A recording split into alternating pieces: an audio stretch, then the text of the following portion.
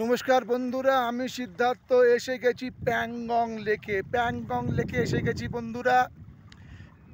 লাদাখ ট্যুরে, লাদাখ ভ্রমণের সবথেকে আকর্ষণীয় জায়গা যাকে বলি আমরা, সেটাকে প্যাংগং লেক বলতে পারি। এই প্যাংগং লেকে আমরা এসে পৌঁছে গেছি। এই দেখুন প্যাংগং লেকের ছবি, যেখানে 3 ইডিয়টের শুটিং হয়েছিল সেখানকার ছবি দেখুন। 3 ইডিয়টের যেখানে শুটিং হয়েছিল সেখানকার ছবি দেখুন আপনারা।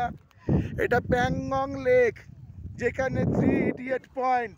যখন আপনারা এখানে আসবেন, এই 3 ইডিয়ট পয়েন্টের কাছে আসবেন, এখানে প্যাংগং লেক কাছে আসবেন, দারুণ জায়গা। 3 ইডিয়টের গাড়ি, বাইক সব কিছু এখানে আছে। তাই 3 ইডিয়টের পয়েন্ট এটা।